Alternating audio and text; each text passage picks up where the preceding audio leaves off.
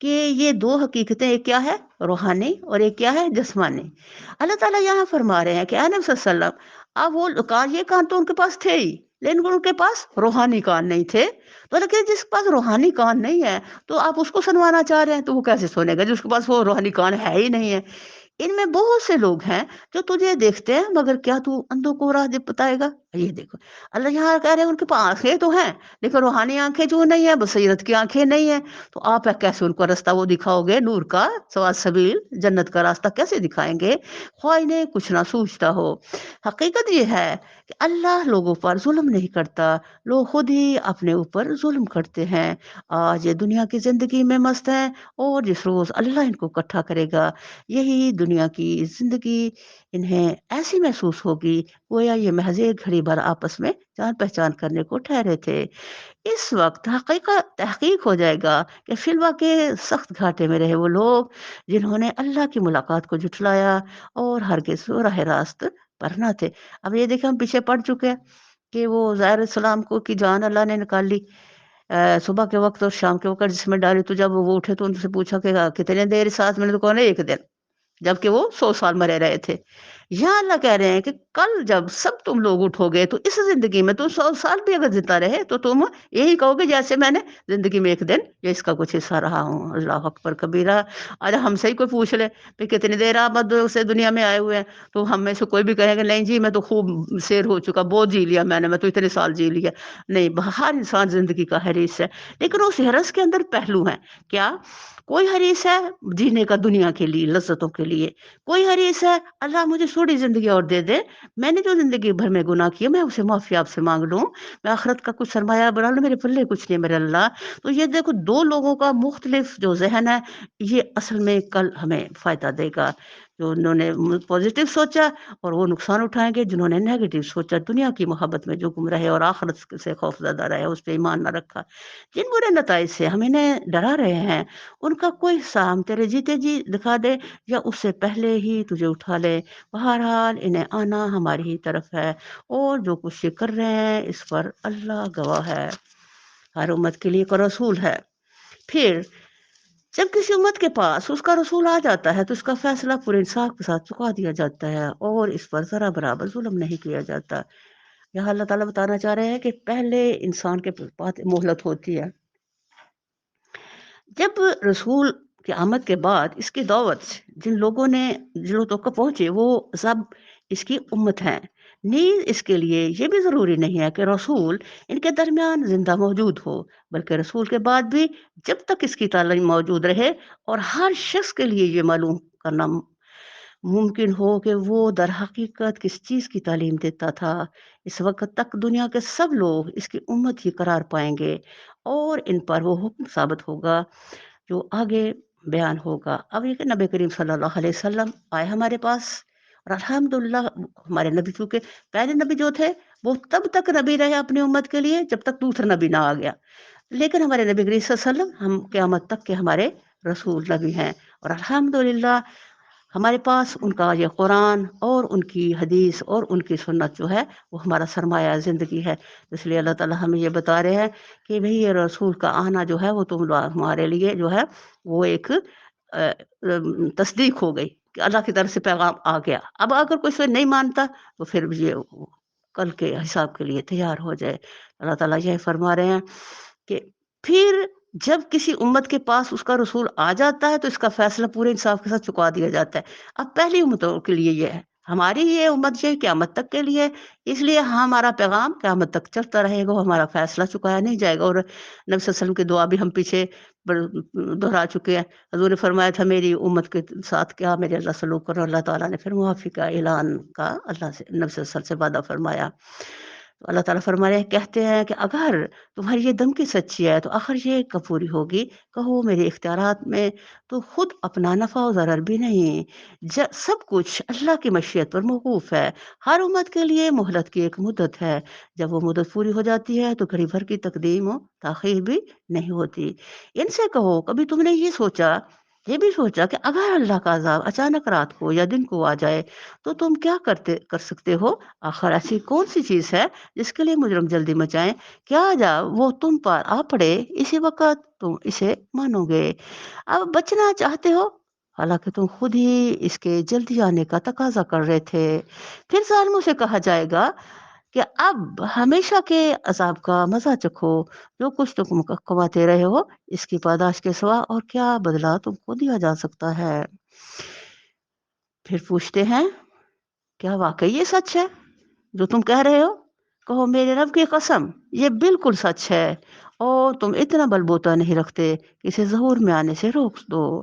اگر ہر اس شخص کے پاس جس نے ظلم کیا ہے روئے زمین کی دولت بھی ہو تو اس عذاب سے بچنے کے لیے وہ اسے فدیہ میں دینے پر آمادہ ہو جائے گا۔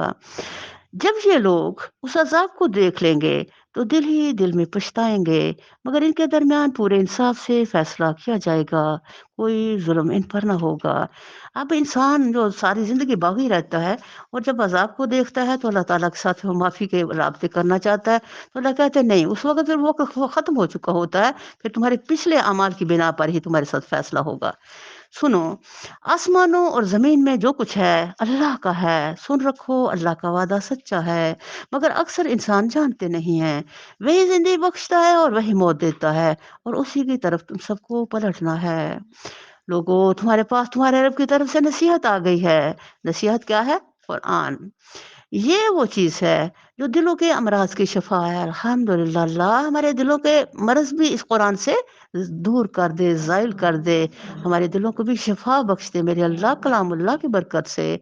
اور جو اسے قبول کر لے ان کے لیے رہنمائی اور رحمت ہے۔ سبحان اللہ، جن لوگوں نے اللہ تعالیٰ کے دربار میں قرآن میں داخل ہونے سے پہلے کہہ دیا اہدنا الصراط المستقیم، اللہ کہتے پھر یہ قرآن کا رہنما بن گیا، اور جب ان کی رہنمائی کر کے انہیں سوا سبیل پہ چلائے گا تو ساتھ ساتھ خدا کی رحمت اس کے سفر کرے گی۔ الحمدللہ، کیونکہ ارحم الراحمین اوپر ہم نے پڑھ کر کے فاتحہ کو پڑھا تھا، اور میں نے یہ بھی پڑھا تھا نا کہ قرآن فاتحہ کی تشریح ہے۔ اب دیکھیں مسلسل ہمارے ساتھ جو ہم نے سورۃ الفاتحہ میں اللہ سے باتیں کی تھی وہ ہمارے ساتھ سفر کر رہی ہیں پورے قرآن میں۔ اے نبی صلی اللہ علیہ وسلم، کہو کہ یہ اللہ کا فضل اور اس کی مہربانی ہے کہ یہ چیز اس نے بھیجی، اس پر تو لوگوں کو خوشی منانی چاہیے، یہ ان سب چیزوں سے بہتر ہے جنہیں لوگ سمیٹ رہے ہیں۔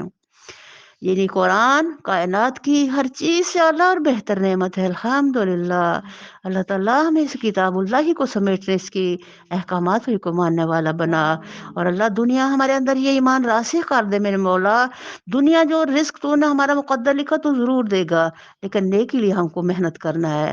اے نبی صلی اللہ علیہ وسلم، ان سے کہو تدبر، تم لوگوں نے کبھی یہ سوچا ہے کہ جو رزق اللہ نے تمہارے لیے اتارا تھا اس میں سے تم نے خود ہی کسی کو حرام اور کسی کو حلال ٹھہرا لیا؟ ان سے پوچھو اللہ نے تو تم کی اس کی اجازت دی تھی یا تم اللہ پر افطرا کر رہے ہو؟ ہم نے پڑھا پیچھے کہ جو دنیا میں رزق کا لفظ ہم اردو زبان میں استعمال کرتے ہیں اس کا کھانا مراد ہے، لیکن قرآن کلام اللہ کے اندر جو الرزق لفظ ہے اس کے مراد کیا ہے؟ اللہ کی تمام نعمتیں اور بے حد و حساب نعمتیں۔ تو اللہ تعالیٰ یہاں کہہ رہے ہیں تم ذرا سوچو کہ جو رزق، قرآن بھی کیا ہے؟ رزق، عزت رزق ہے، نیکی رزق ہے، جو تمام دنیا کی نعمتیں ہیں وہ اس میں آ رہی ہیں، تو اس پر اللہ تعالیٰ فرما رہے ہیں اللہ نے تمہارے لیے اتارا تھا، اس میں تم نے خود ہی کسی کو حرام اور کسی کو حلال ٹھہرا لیا۔ اب بار بار ایک چیز کو ہم دہرا رہے ہیں، وہ اسی کے معنوں میں یہ کہ جو ہمارا خالق ہے وہ ہمارا مالک ہے، تو وہی ہمارا منتظم اعلیٰ ہے، وہی ہمارا معبود ہے، ہمیں اسی کا عبد بن کے جینا چاہیے۔ تو ہم نے خود اپنی مرضی سے کیوں کسی چیز کو حلال اور حرام کیا؟ ہمیں کس نے اس کی اجازت دی؟ ہماری اوقات کیا ہے کہ اللہ ایک چیز میرے لیے حلال کرے اور میں اسے حرام کر دوں، یا اللہ ایک حرام کرے اور میں اس کو حلال کرنے کے لیے آپ کو کوشاں رہوں؟ تو اللہ تعالیٰ یہ دو بات فرما رہے ہیں کہ یہ رائٹ اور لیفٹ والے کے دو فیصلے، ایک طرف حلال ہے اور ایک طرف حرام، تو میں خود سے ادھر سے نہیں کر سکتی، اس لیے کہ میں اس کی مالک نہیں ہوں۔ مالک اصل کون ہے؟ اللہ۔ تو جو رزق آپ کو ملا ہے وہ کیا ہے؟ ایک عارضی طور پر دنیا کی زندگی میں اس سے آل کی خریداری کرنے کے لیے۔ کل کیا ہوتا ہے، ابھی دیکھو روز ہم دفن کرتے ہیں اپنے ہی عزیز و اقارب کو، اور پھر ہم دیکھتے ہیں وہ خالی ہاتھ جا رہے ہیں اور سب کچھ پیچھے چھوڑ کر جا رہے ہیں۔ تو یہ سب کچھ کیا ہے؟ اللہ کا ہے سب کچھ، اور بہت جلد آپ سے چھوڑ کے چلے جائیں گے، تو اس کا وارث پھر اللہ ہی رہ جائے گا۔ تو پھر تم کیوں وہ چیزیں اپنی مرضی سے اس کی نعمتوں کو الٹ پلٹ کرتے ہو اور اس کو ناراض کرنے والے کام کرتے ہو؟ تو اللہ تعالیٰ ان سے پوچھو، ان سے پوچھو کا مطلب کیا ہے؟ بھئی ان کے دماغ جو ہے جب وہ سوال کیا جائے گا تو ہو سکتا ہے صحیح سمت ان کی سوچ میں آ جائے، اور ان کے دماغ سے اچھا آرڈر دماغ کو دل دے دے، اور وہ کسی بات کو صحیح طریقے سے سمجھنے میں کامیاب ہو جائے۔ اس لیے اللہ یہاں ایک فکر دینے کے لیے بات کر رہے ہیں، اور تدبر اس لیے کہ اس کی گہرائی میں جاؤ گے تو تمہیں سچائیاں نظر آ جائیں گی۔ پوچھو اللہ نے تم کو اس کی اجازت دی تھی؟ کیوں؟ وہ مالک ہے، وہ خالق ہے، وہ میرا معبود ہے بھائی، تو میں مالک سے پوچھ کے سفر کرنا میں ایک غلام کا کام ہے۔ تو اللہ تعالیٰ پوچھ رہے ہم غلاموں سے کہ بھائی یہ میں نے تمہیں کہا یہ کرو، تو تم اپنی مرضی سے کر رہے ہو، تو مرضی سے جب کرتا ہے تو اللہ تعالیٰ فرمائے یا تم اللہ پر فترہ کر رہے ہو، خود سے کوئی بات بنانا، اللہ کی طرف جھوٹ منسوب کرنا ہے۔ اللہ فرماتے ہیں جس نے میری طرف جھوٹ منسوب کیا اس سے بڑا ظالم اور کون ہوگا؟ جو لوگ اللہ پر یہ جھوٹا افطرا باندھتے ہیں ان کا کیا گمان ہے کہ قیامت کے روز ان سے کیا معاملہ ہوگا؟ اللہ تو لوگوں پر مہربانی کی نظر رکھتا ہے، مگر اکثر انسان ایسے ہیں جو شکر نہیں کرتے۔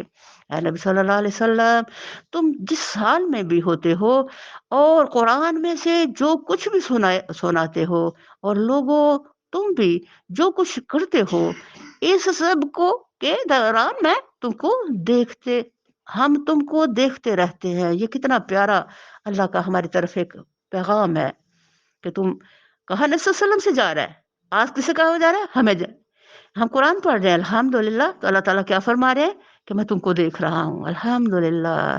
تو اللہ تعالیٰ یہ جو ہماری اس وقت کی کیفیت ہے نا کہ کتاب اللہ ہمارے ہاتھوں میں ہے اور الرحمن ہمیں دیکھ رہا ہے، یہ ہے ہماری زندگی کی بہترین گواہی کہ رب تعالیٰ خود سے ہمیں دیکھ کر کے انشاءاللہ تو اس کے بدلے میں اپنی رضا اور خوشی دیں گے، ہماری دنیا و آخرت کو اللہ انشاءاللہ جنت بنائیں گے اس کی برکت سے کہ ہم قرآن پڑھ سن رہے ہیں اور اللہ تعالیٰ ہمیں دیکھ رہے ہیں الحمدللہ، خود ڈائریکٹ سے گواہ خود رحمان۔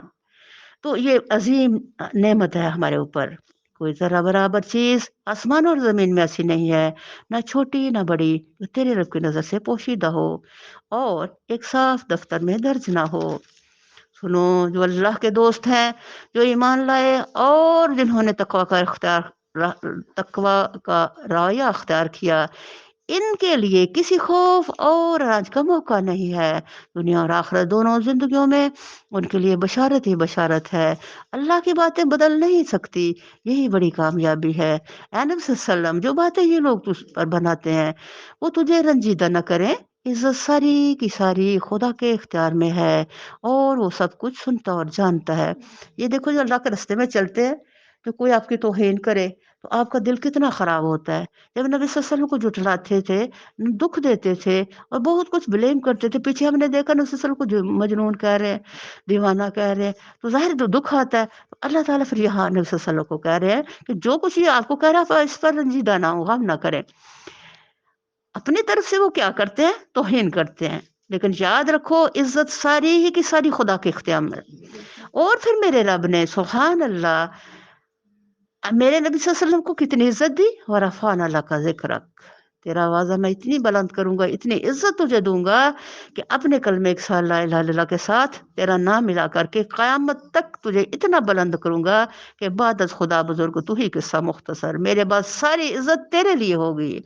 اگر ہو آسمانوں کے بسنے والے ہوں یا زمین کے سب اللہ کے مملوک ہیں، اور جو لوگ اللہ کے سوا کچھ اپنے خود ساختہ شریکوں کو پکار رہے ہیں وہ میرے وہم و گمان کے پیرو ہیں اور محض قیاس آرائیاں کرتے ہیں۔ وہ اللہ ہی ہے جس نے تمہارے لیے رات بنائی کہ اس میں سکون حاصل کرو اور دن کو روشن بنایا، اس میں نشانیاں ہیں ان لوگوں کے لیے جو کھلے کانوں سے پیغمبر کی دعوت سنتے ہیں۔ سبحان اللہ۔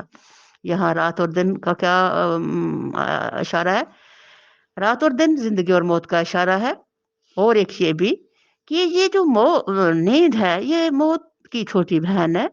جب بھی ہم لوگ سکون اللہ کیوں کہہ رہے ہیں، انسان کتنا بھی دکھی ہو، غمزدہ ہو، کسی بھی حالت میں، خوشی میں ہو، بہت سارے مال و دولت میں ہو یا فقیری میں، غریبی میں ہو، جب بھی انسان سوتا ہے تو وہ دنیا سے مطلق کٹ جاتا ہے،